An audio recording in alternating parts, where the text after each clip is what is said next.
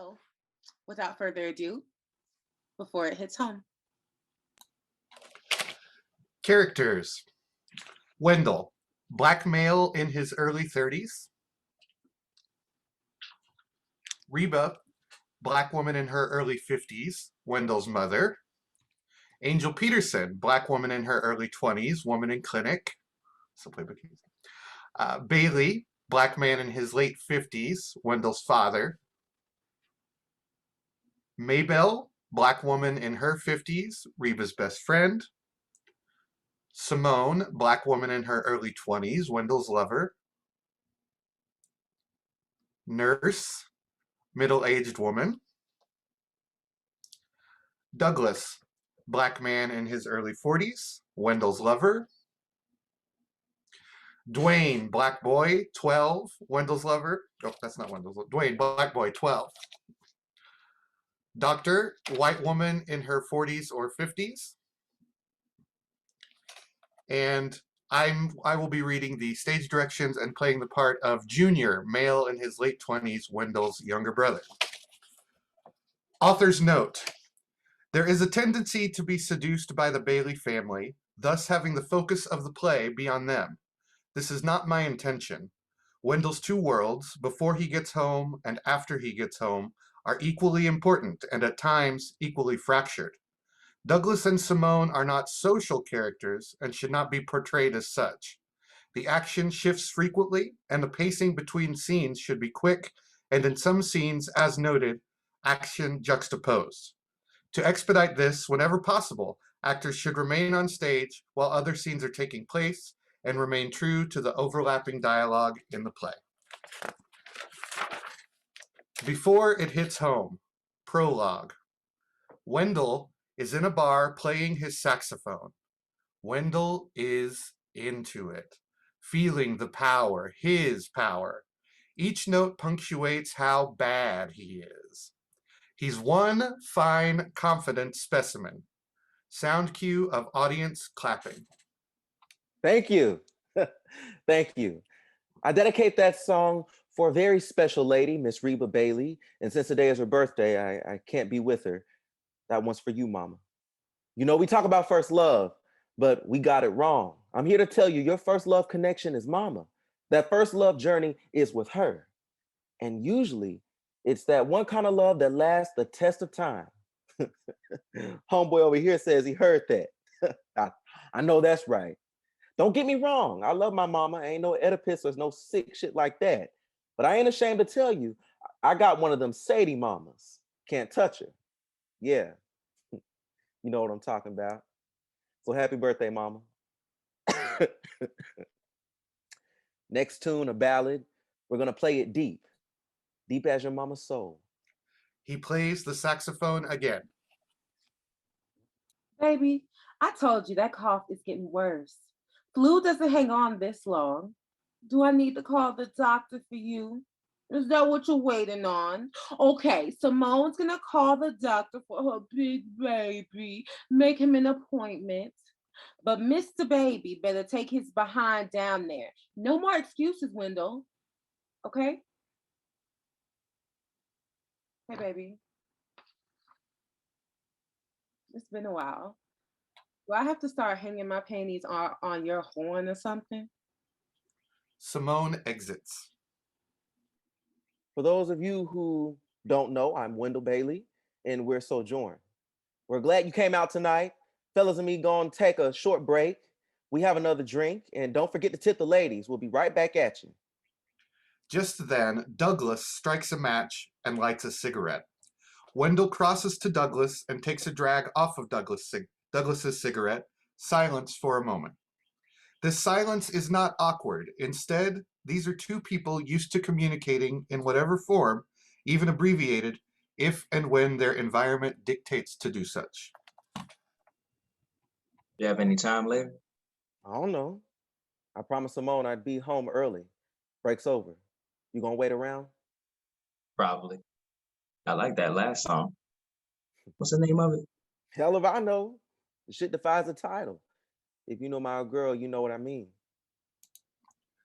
Wendell starts to play. His sound is eerie in its need, It's desperation. Act 1. Clinic reception area. Sound of Wendell singing before lights. Waiting is a very pregnant Angel Peterson. A half-finished lunch is at her side. She is tired-looking, haggard. Nurse is sitting at the desk. How long she gonna be? I can't be sitting up here all day. Like I told you before, Miss Peterson, the doctor will be with you as soon as possible. That's what you said 2 hours ago. All day sitting up in somebody's effing clinic with nothing to look at but you white folks. Miss Peterson, first of all, I'm not white. Same difference. Wendell enters loudly singing, so cool, so full of himself. Excuse me, I have an appointment with Dr. Weinberg. Bailey. Yes, you can fill out this medical history form and the doctor will be with you in a few minutes. She lying. What's up? How you doing? Hanging. Wendell sits, works on the clipboard, starts humming and singing again. Hey. Hey. Yeah. I'm talking to you, cutie pie. This your first time here. Uh-huh. Could tell. You too damn happy to be in the family. Taurus. What? No, don't tell me. Sag, Cancer, Gemini. You's a Gemini if I ever saw one. My old man was a Gemini. All you fine motherfuckers are Geminis. Can tell by the way you walk. You think your shit don't stink. Scorpio. And I've been told my shit smells better than most cologne, especially them expensive kind. I heard that. Man, what's your name? Wendell Bailey. My name Angel Peterson. So when's the big day? Soon. Just holding on till it gets here. Then I'm getting on board, catching the first thing smoking between this hell and heaven's door.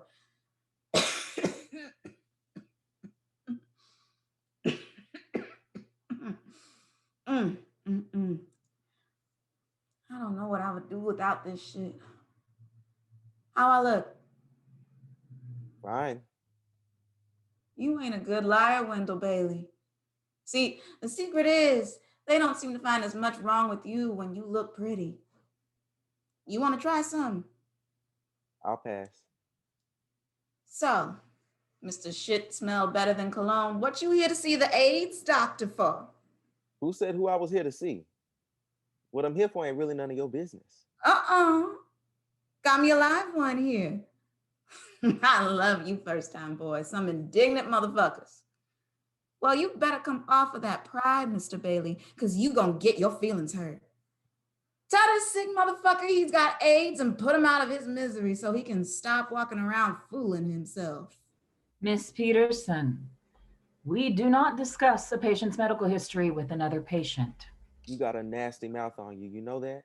Uh-huh. Finally caught up with the rest of me. Well, I don't appreciate it. Me neither.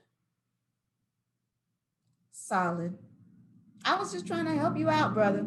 Welcome you into the family. What are you talking about? What family? You'll see. Mr. Peterson, you can come in now. I'll see you around. I doubt it.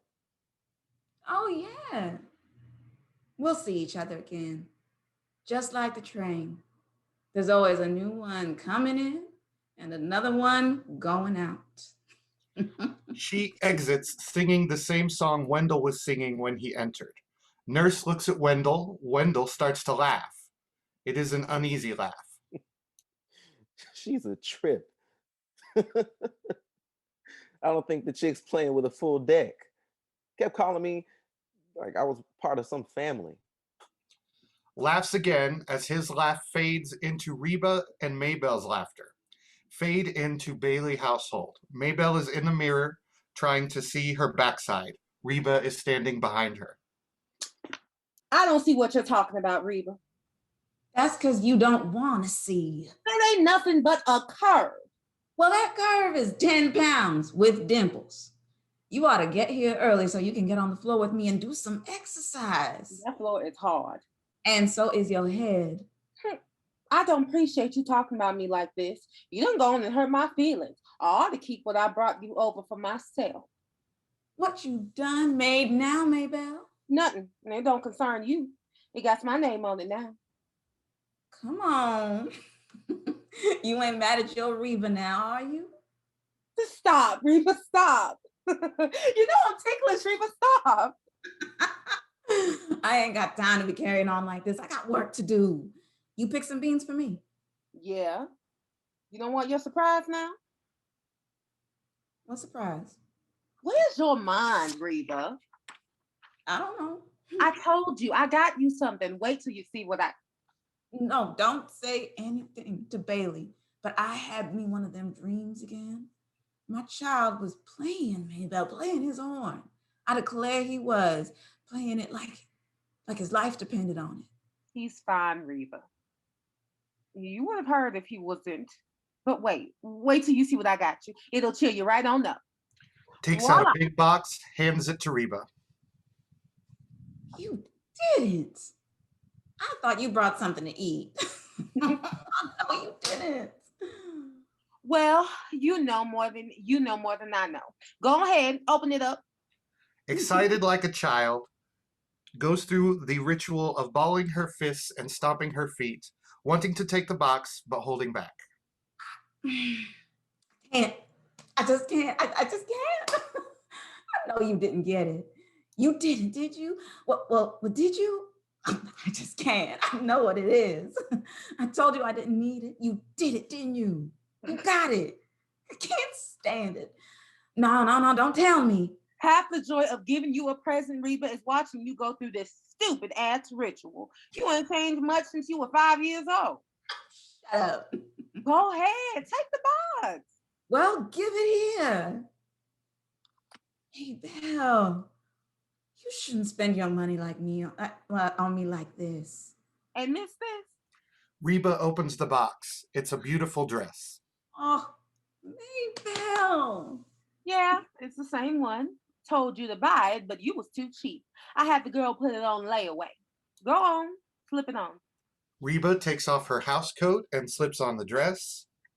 It's beautiful. Lord, it was meant for you. That dressmaker knew what she was doing. Go on, look in the mirror. Reba looks in the mirror. I'm ready. Put on your red dress, baby, because we going out tonight. Put on your high heel sneakers, because we going Maybelle out. joins in. They sing and do an old-time dance with silly sequential steps. After a moment, and unbeknownst to the two, Bailey and Dwayne enter. Bailey is carrying 2 suits in a cleaning bag, which he makes a big deal about hiding from Maybelle.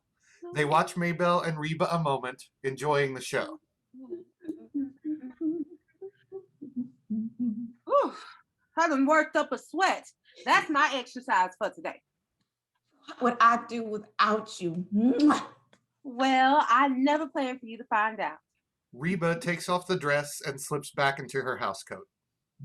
For once, I would like to walk through this door and not find you sitting up in my house. You know I brighten up your day, look, Bailey.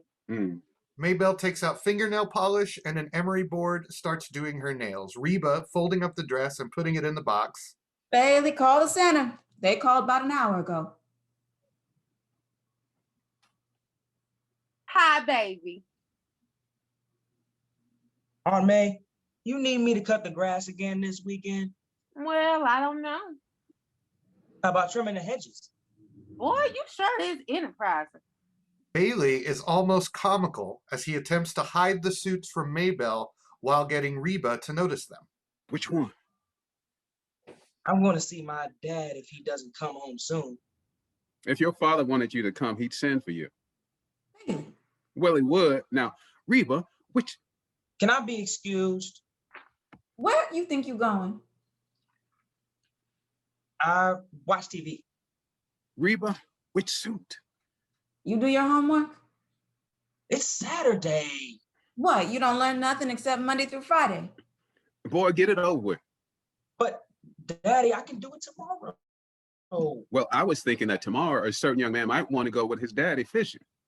really? Yes, really, really, really. Reba, which one? Now, you know I got this thing coming up. You know, which suit? I don't know, Bailey, you decide. And mister, you ain't going nowhere if I don't see you crack a book before the day is out. I mean that, Dwayne. Maybelle, did you know that Bailey got nominated Reba, as volunteer of the year Reba, don't. down at the boys club? Reba, shit. You're going to be just like her. Can't keep nothing to yourself. Well, it ain't no secret, Bailey. He's got to give a speech. Well, that's good, Bailey. That's why you've been trying to hide them two suits looking silly. Ain't that one your funeral suit? Leave me alone. Wish that husband of mine would volunteer or something. Yeah, he's just enjoying his retirement. Wish he'd do it some other kind of way. All he want to do is eat, sleep, and pat up on me. Makes me sick. Woo, let me get on out of here. Been up in here all day. Today ain't no different from any other. Don't know why you pretending you in a hurry now. Don't know how you keep a husband. Because if you was my wife. I wouldn't wish that on anybody. No offense, Reba. Uh-huh. Keep on talking. Bailey, I bet you didn't hear about Thelma Butts. Heard her tell her husband to put her out on the corner. On the corner? Say what? That's right. And she ain't passing no leaflets either, passing out something else so it's cheap. Maybelle, don't start that mess. I don't allow that kind of talk in my house. You know that. You need to stay out of other people's business, especially somebody nasty and trifling like that. That was. I mean it. Tell me later. I heard that, Bailey. Anybody else call? No, but I thought we'd hear from From who? nothing. You on that again? On what, Bailey? We ain't calling him. You hear me? I mean that. If he got a dime to his name, Wendell can pick up the damn phone and call us. Wayne, what I tell you about listening around grown folks talking? That's why you two grown now. I wasn't listening. Boy, what's your grandmama tell you? You better get them feet to marching. Gawain exits. Wish you wouldn't talk about his father like that in front of him. Why not? Call a spade, son or no son. His father is worthless, playing in two big clubs, talking that funny talk. He's a musician, and if he's happy. Happy? How you know he's happy? He don't bother to call here and tell you he's happy. He'd rather play somewhere in a juke joint than make an honest living. He could help me down at the store. That store ain't everything, Bailey. It puts food on this table and in that boy's mouth upstairs. Ain't no damn music feeding him. I ain't seen a horn blow no food this way. Hush, Bailey, he'll hear you. I don't give a damn. I don't want him growing up pretending that Wendell is something he's not, making excuses for him all the time. You do that enough for everybody. Well, sir, like I said, I guess I better get on getting out of here. Hey, Maybelle, Reba tell you Junior coming home. I forgot. Really? Oh, can't wait to see my boy. Yeah, I'm gonna have him come down to the store and help me get those new shelves up. I think we're gonna expand to that back room, start selling some small appliances. He's only gonna be here a few days, Bailey. He's on leave, not work release. A little hard work ain't never hurt nobody. And Junior, that boy, ain't never been scared of hard work. Not like Mr. Music Man. Crossing the line, Bailey. I'm not in the mood today to be tangling with you about them boys. 30 years, and you don't still don't see that boy for what he is. He exits in a huff. I get so sick of him comparing Wendell to Junior. Well, Reba, honey, you know a man don't like softness in his sons. Well, a man gets what he makes. Lights down on Bailey household and up on Wendell sitting on the examination table. Lord Jesus, God. I ain't got no words. Just need a little favor. I know I'm in no position to bargain, but just let this one be different. I need it to be negative. So why don't you help me out here? Oh, shit. The doctor enters and starts listening to his lungs.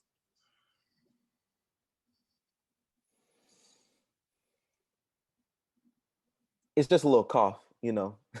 Between me and you, Doc, I don't believe the test was right. Somebody in the lab must have screwed up. Should have had it redone. But me and the band was on the move. You know how that is. We don't stay in one place too long. How long have you been seropositive? You mean, when did I get tested? Yes. About 7 months ago. It wasn't here. I think it was in Florida. Don't know why I'm even here. You see, I can't have AIDS. Look, I got a woman. We thinking about getting married. Any history of IV drug use? What? I'm trying to ascertain, Mr. Bailey, if you have engaged in any risk behavior. Smoke a little weed every now and then. So, if I understand you correctly, you believe you contracted the virus through sexual intercourse? No, you don't understand me correctly. I know this is uncomfortable, Mr. Bailey. All doctors are alike. You, my fourth one, and everyone, you trying to make me believe I'm dying. I didn't say anything about dying. If you would just sit. This whole AIDS thing is some kind of conspiracy. You know, some of y'all's genocide. Trying to lay everything on us, cancer, drugs, whatever you think of.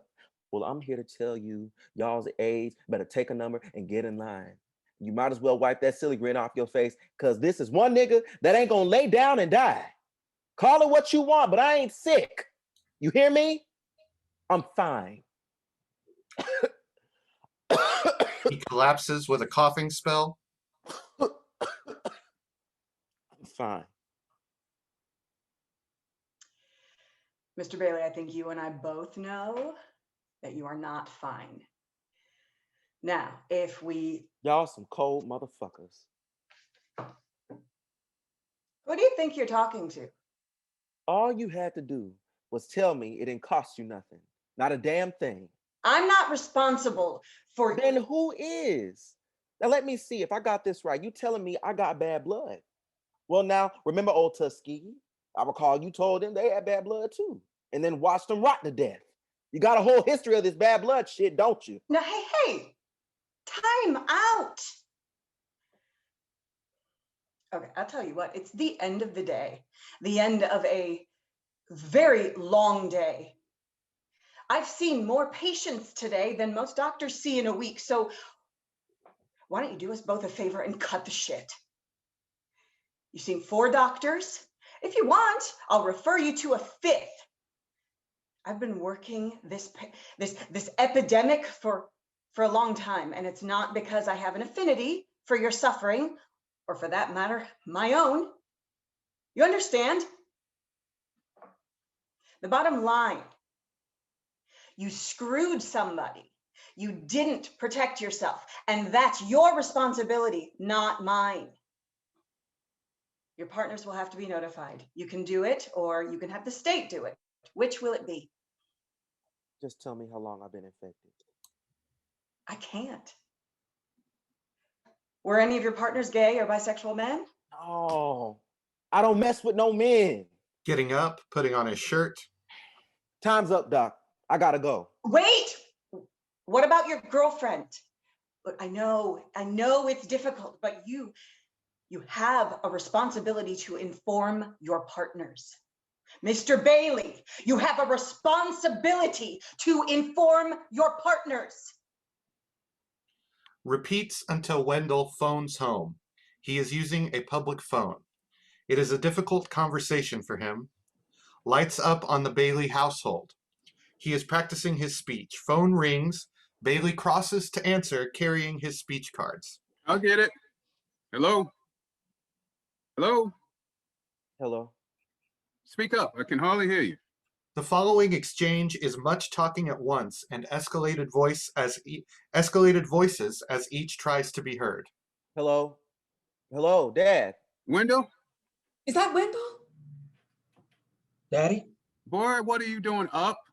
He is a grown man, Bailey. I'm talking about Dwayne. Dwayne's on that phone upstairs. He's supposed to be asleep. Dad, you still there? Yes. Wendell, where are you? Hi, Daddy. How you doing? Hey, man. I thought you'd be asleep. He should be. Get off that phone, Dwayne. Let the boy talk to his father. I almost got enough money to come. I want to come see you. Is he okay? Is he coming? I may be coming there. Dad, you still there? Yes, yes. Be nice. Try to get along. Wendell, I'm here. I got this dinner to go to. I got to give a speech. I'm getting honored. Volunteer of the year. All the boys voted for me. Role model. Bailey, you ain't got to shout. You're hard of hearing. Let me talk. And Dwayne and I are going fishing. I'm getting straight A's, except for a few C's and a couple of B's. I can't hear myself think. Dwayne, get off that phone I now. want you to know I love you, Dwayne. Didn't I tell you to hang up? It's past its bedtime. Hang that phone up, Dwayne. Did you hear me, Dwayne? Let me talk, Bailey. Just a minute. Well, you sound good. Your brother coming home. I was thinking about coming home. I'd like to see you. Dad.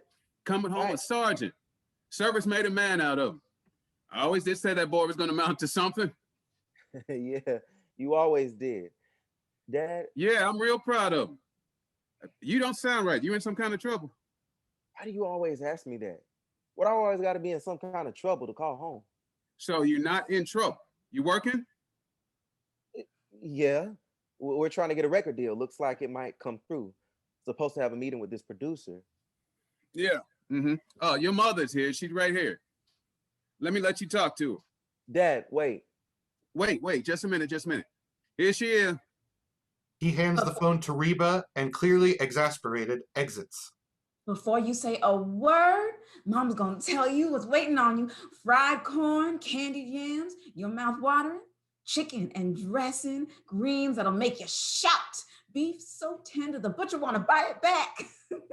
Then we're gonna finish it all off with some 7-Up pound cake and Neapolitan ice cream. Trim it with Maybelle's sweet potato pie. Have mercy. You just say when. I'm gonna get that guest room dolled up for Simone. Dwayne done moved most of your stuff from the attic in his room, so you can probably bunk in with him. Lord, the house is gonna be full again. I can't wait. Simone cooking any better? Wendell starts coughing uncontrollably.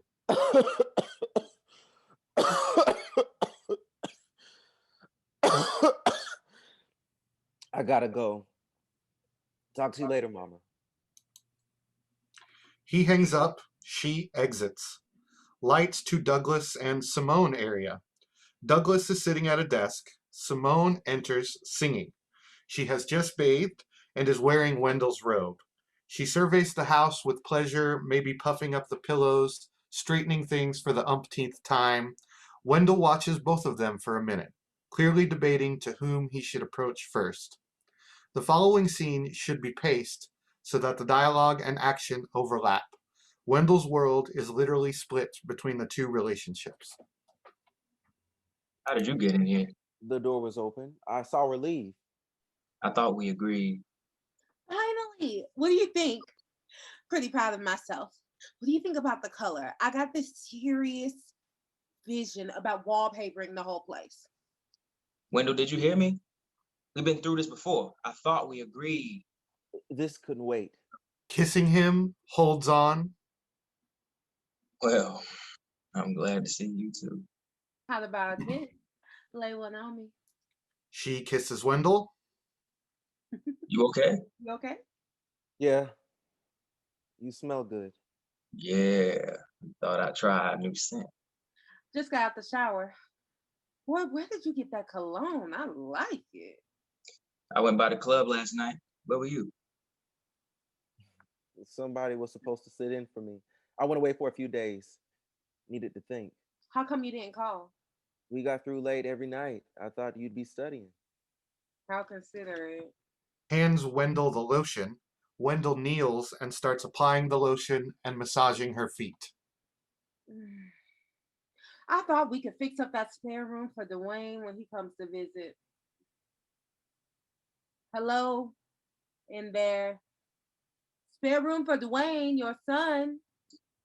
What's her name? Go with you. You know her name. I may have some good news. A teacher is leaving. They're going to recommend me to replace her. My own classroom. Isn't that great? How long is she going to be gone? I don't know. It's a big class, but I'll have an aide. Where's the kids?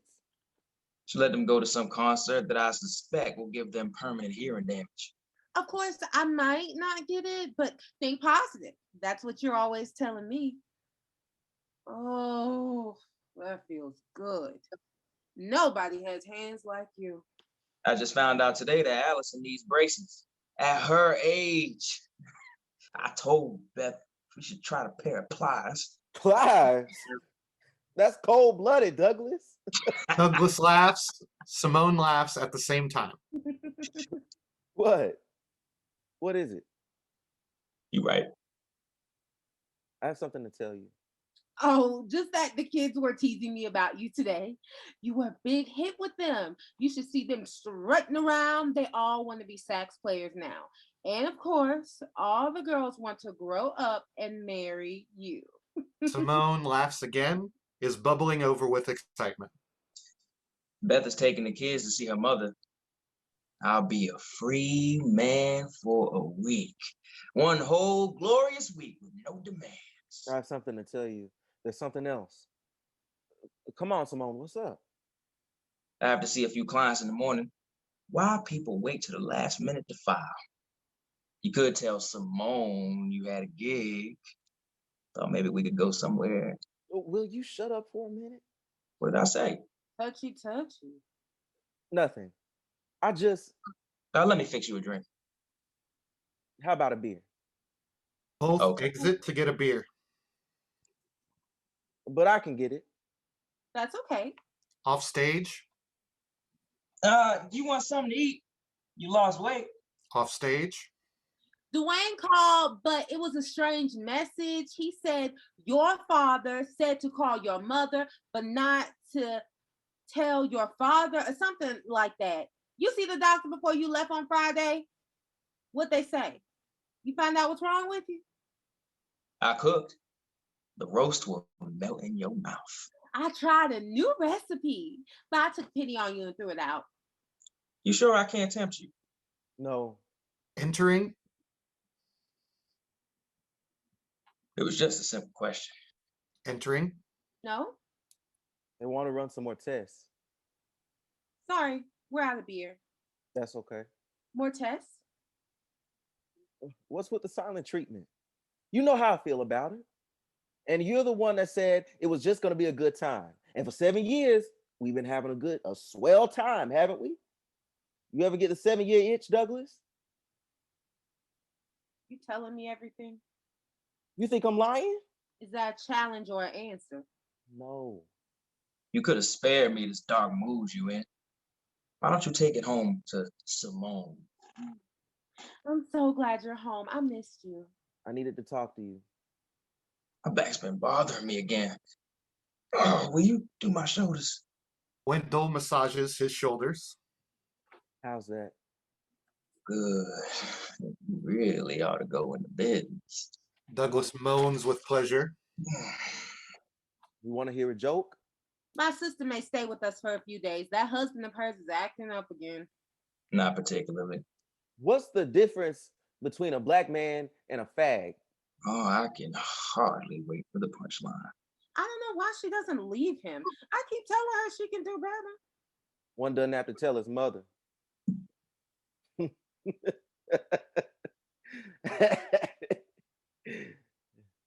You don't get it? I have another surprise for you. Dramatically opens her robe, revealing a sexy nightgown. Voila! In a Dracula voice, she parades around him. I want to make love to my sweet. Be still, my heart. Wendell? Your heart can be still, but I was hoping something else would get moving. Continues to parade around and tease him. What am I going to do with you? Now, can we talk about something else? I can make reservations. I can think of something, my sweet. See, my mother is not the only one I have to tell. I'm trying to tell you. Tell me what, Wendell? Tell me.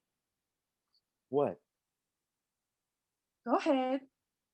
Tell me. When were you planning to ask me? The answer is yes, yes, yes. I don't think we should see each other anymore. At least not like You know what I mean. I found it, you know. Don't be dense. Well, talk English. I wasn't snooping, not exactly. I was just straightening up your nightstand and I just happened to cross. I knew this day was coming.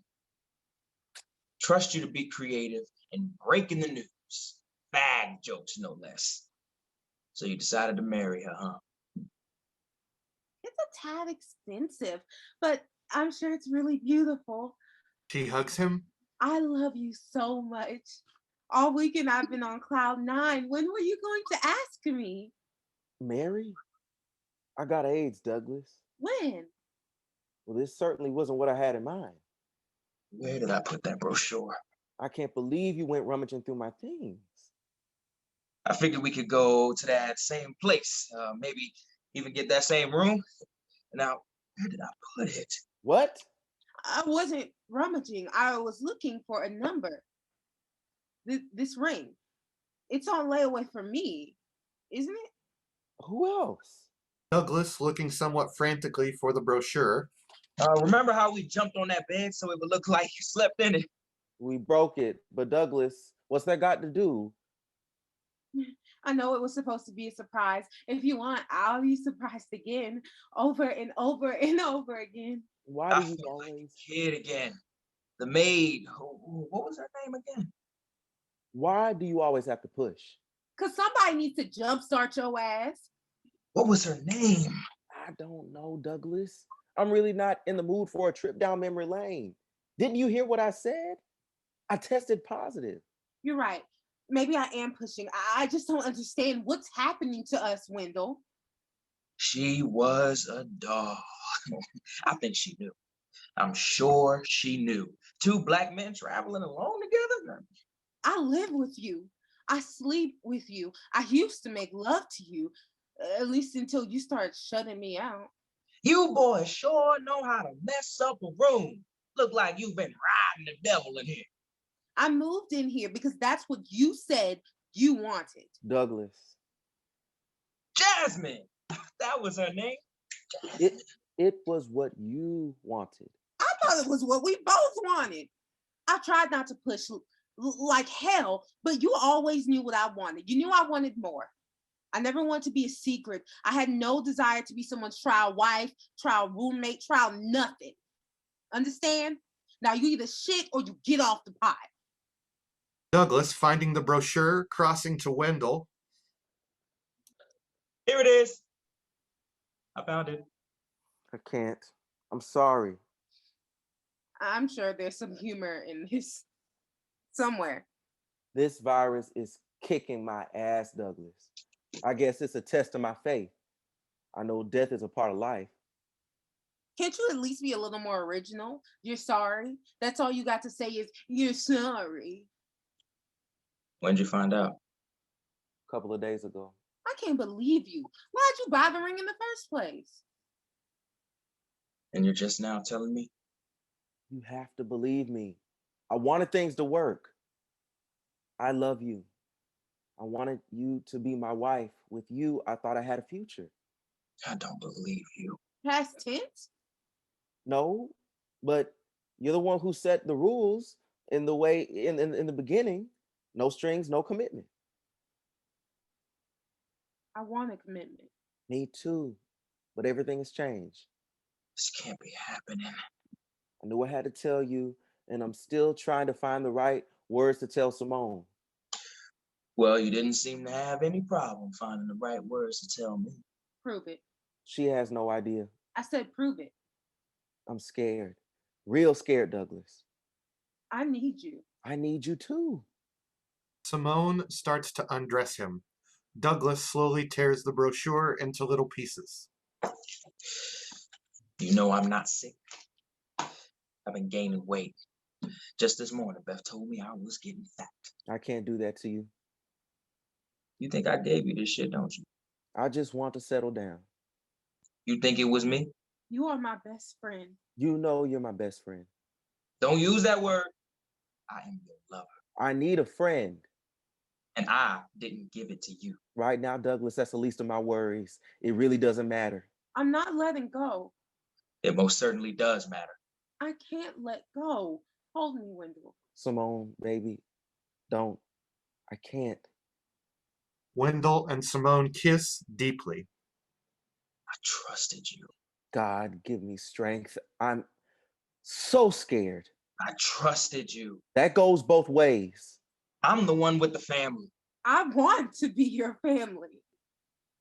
He struggles, they struggle, but ultimately need and passion win out. Wendell and Simone lie back on the bed or floor.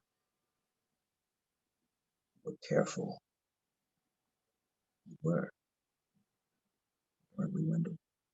Lights shift to Simone and Wendell in bed. At lights, Simone is sitting in bed, clutching the sheet for protection, for comfort.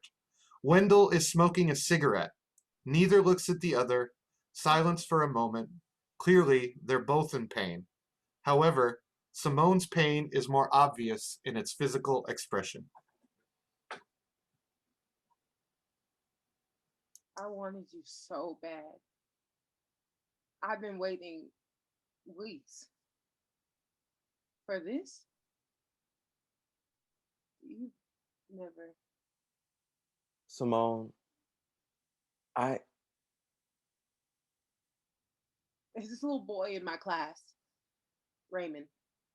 I don't know if you remember him. He stutters, so he's real shy. The kids make fun of him. Even the teacher loses patience. But every time I see him, I just want to take him in my arms and hold him, protect him, because I know no one sticks around too long with somebody who can't communicate.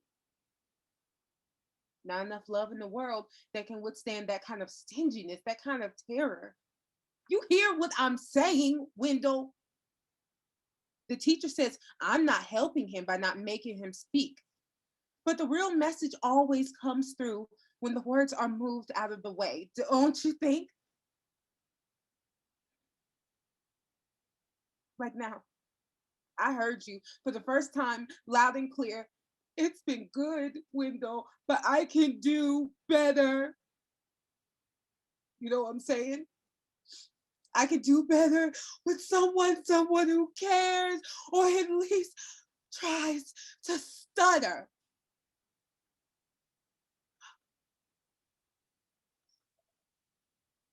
I hope you can get your money back on that ring. She exits while we watch Wendell come to grips with what has just happened.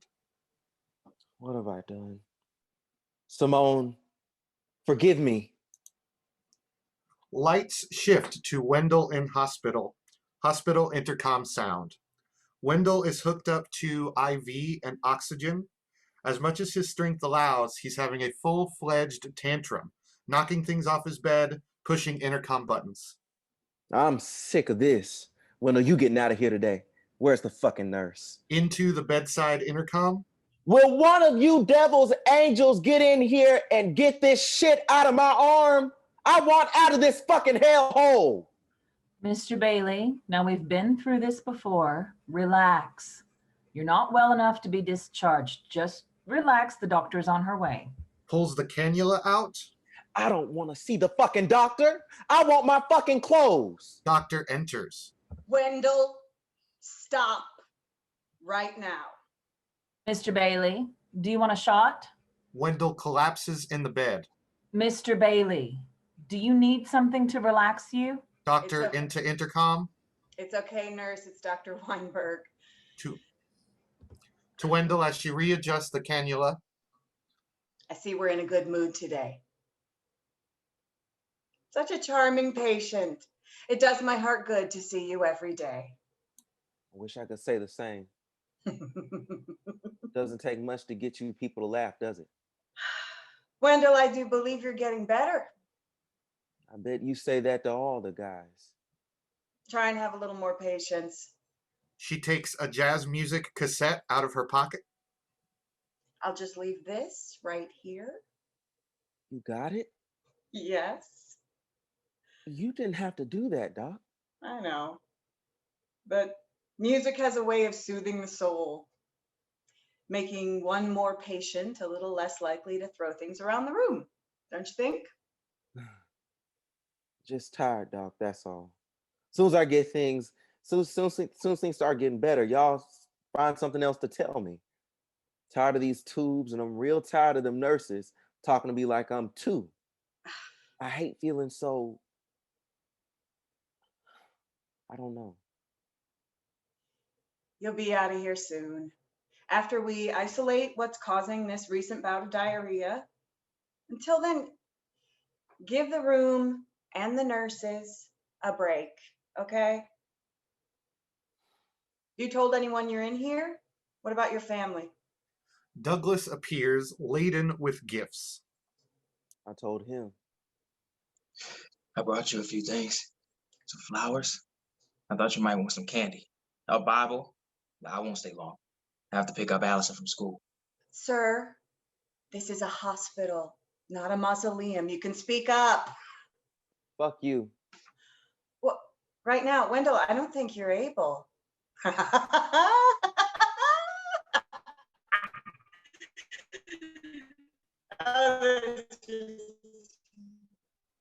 Little doctor humor.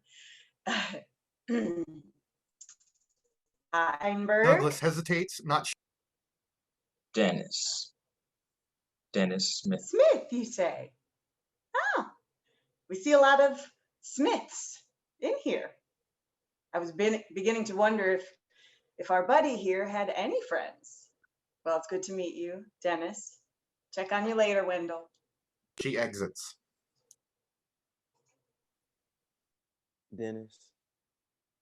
Dennis Smith. You couldn't be a little more creative, like Dennis Coward? I would have come sooner. I just came by to tell you I was naked. Haven't seen you in weeks. And the only reason you here now is to deliver me a Bible and a bulletin about your negative. Well, who cares? Maybe I shouldn't have come. Bingo. So you're negative. Maybe your antibodies are a little on the slow side. Just came by to see how you were doing. Now you've seen. Where's Simone? It's over. Is she okay? Haven't heard from her.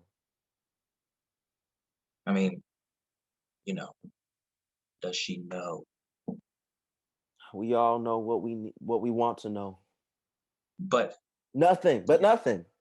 Now, if you came in here to inquire about Simone, I suggest you. Wendell gags, spits up in pan. Douglas wiping his brow. I'm sorry. I didn't mean to get you so upset. You tell Beth? I didn't think so. So what's all that? What? I stopped by the bookstore, picked up some books for you. I know how much you like to read, and I just thought, When bad things happen to good people. See, I think, Wendell, the secret is thinking positively. You really got to change your attitude. Meet this head on. That's how my father beat cancer. He never gave up. And where is he now? 6 feet under and still thinking positive. Don't bring that shit in here. I don't get it. Everybody talking about positive attitude, like people ain't dying. What the fuck is wrong with you people? Guess if you die, it's because you didn't have enough positive attitude. Well, I'll grin all day, but the bottom line is I'm still gonna die.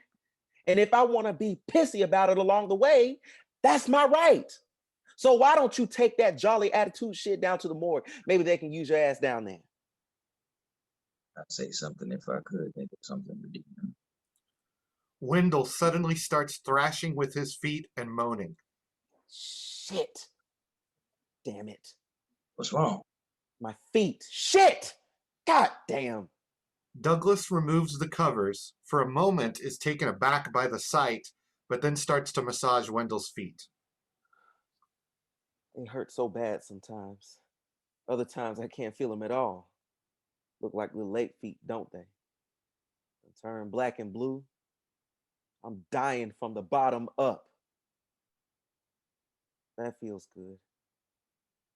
It's nice to be touched with a hand instead of a rubber glove. I need a favor. Can you buy me a train ticket? A what? I'm going home to my parents' home. If I'm going to beat this thing, That's it. Now you talk. You gotta fight, Wendell. I believe I could get stronger at home. Mama would feed the fight back in me, and my father, well, he don't take no for an answer. Bailey appears either through the audience or on the other side of the stage.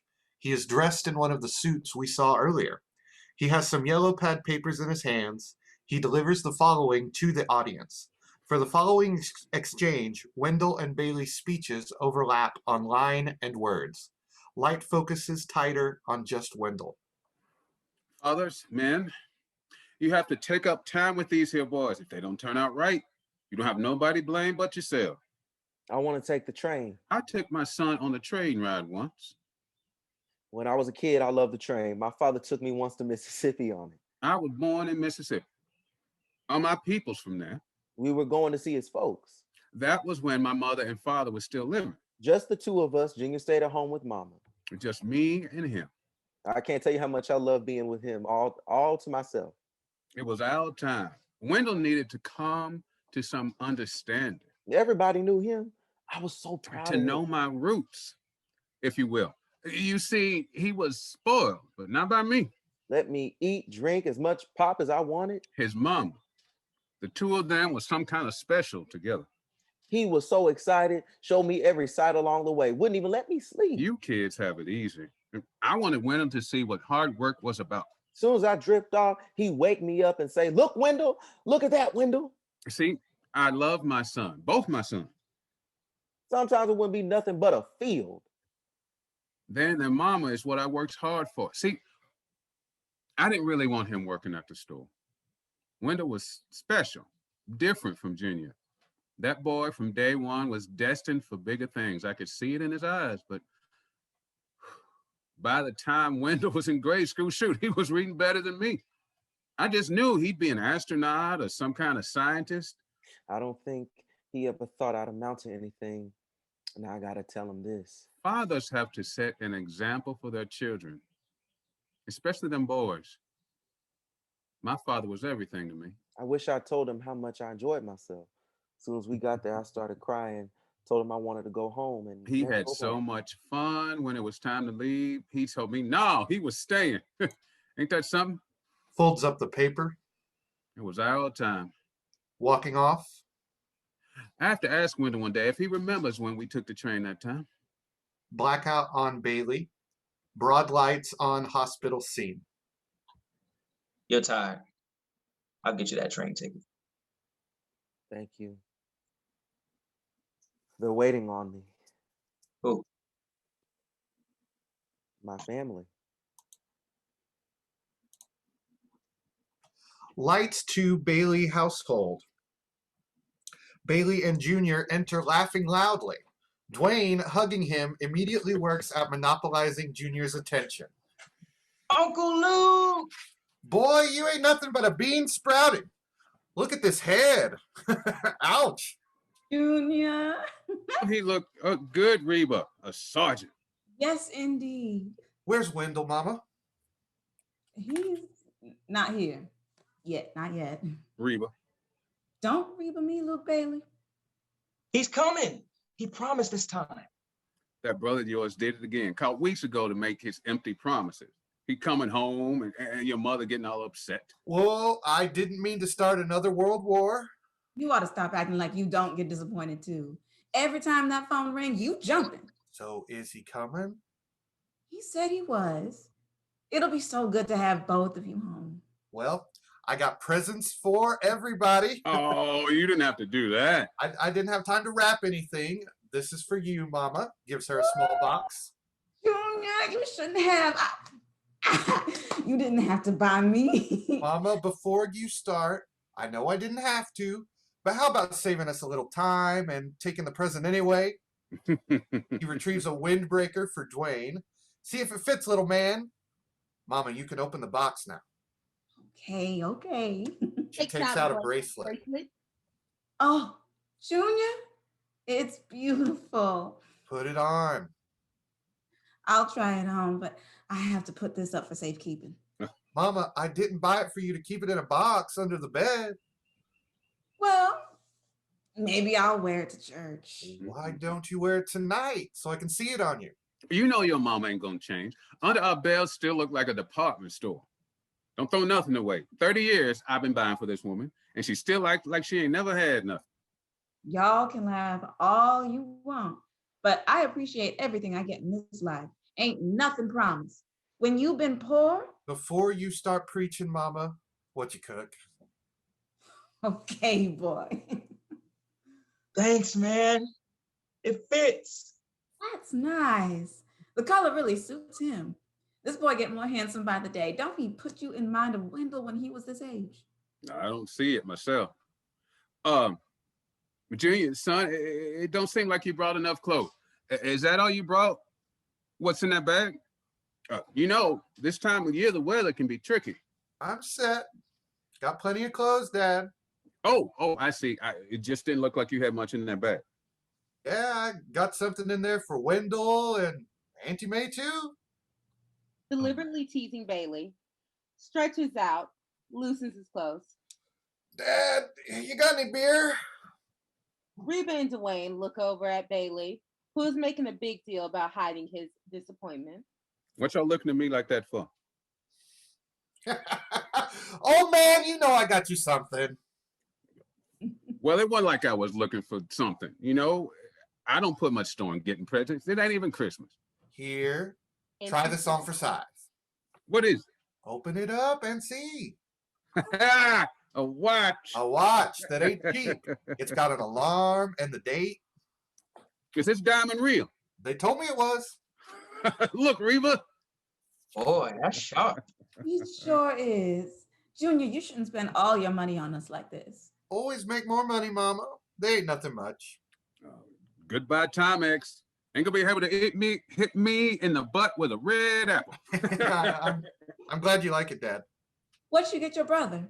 A chain, and I got this box of candy for Aunt May. That's one thing Maybelle don't need is candy. Anybody want to know what time it is? 3 o'clock. Who asked the question, Dwayne? Noticing the plaque for Bailey. What's this? Oh, just something else I got from them boys. Your father won. It ain't no big deal, you know, just something like, oh, I don't know, Father of the Year. Ain't no big thing. That's great, Dad. He had to give a speech. You did? Oh, I bet you got a standing ovation. No, but they clap real hard. Reba, tell them. Tell him what, baby? And they was hooting. Hoot, hoot, hoot, hoot, You know, about my speech. Bailey, you can tell him. Let me call Maybelle. She'll be sick if she ain't included. Maybe I'll go down there a while, shoot some hoops. Me and Wendell used to practically live down there. It ain't changed much. Different boys, same stink. But I'll take you down there. You be a good example to them boys down there. Now, you know, while you're here, I want you to help me finish some cabinets. Fade to hospital waiting area. Wendell is sitting, looks around hopefully, yet impatiently. Clearly, he's been waiting for a while. Next to him is a suitcase and his sax case. There's something pitiful about the change in him, the weakness, the unsteady deliberation. Enters. What are you doing in here? I went to your room first. Am I late? Yes. You said noon. It's only a few minutes after. Here's your medicine, Mr. Bailey. Why don't you just send him home with the whole pharmacy? I'll be back in a few minutes with your wheelchair. Not necessary. Hospital rules. She exits. I don't know why you insist on boarding the train today. You sure this trip is okay with your doctor? Yes, Douglas. I wish you wouldn't go until you're feeling stronger. I'm going, Douglas. I can get you a hotel room for a few days. Douglas, I'm going. I can't wait. Few home-cooked meals. My family be good as new. Maybe you're expecting too much, Wendell. I have to. Just don't want to see you hurt. What's so funny? AIDS done already hurt my feelings, Douglas. I don't know how much more hurt I got to get. Appreciate you thinking taking care of things. I figure you ain't so bad a guy outside my family. You the longest relationship I've had. That ought to count for something. He hugs him. Hey, I hope you aren't getting sentimental on me. I'm trying my damnedest to be butch here. They both laugh a moment while they grapple with the loss. And look at you. You got your shirt buttoned all wrong. I thought it looked funny. You know, you'd make somebody a good husband. Real cute. There. I may never see you again. Don't. Don't what? Come on, let's get out of here. I don't need a wheelchair. Wendell picks up the suitcase. Now, don't try to lift that. I can get it. I can get it. I said I would get it. I'm not helpless, Douglas. Would you let me carry the damn suitcase? Yeah, I'll let you carry it. And I love you too. A moment as they both struggle with the loss, regrouping, teasing. Just psyching you out. Carry the damn thing so I can strut out of here looking like my old, fine, cute self. Who knows? Somebody may look my way and give me a little play. Nigga, please. Not hardly. Nurse enters, rolling the wheelchair, Time to go home, Mr. Bailey. helping Wendell into the chair. That's right, Mr. Bailey. Time for you to go home. They exit. End of Act 1.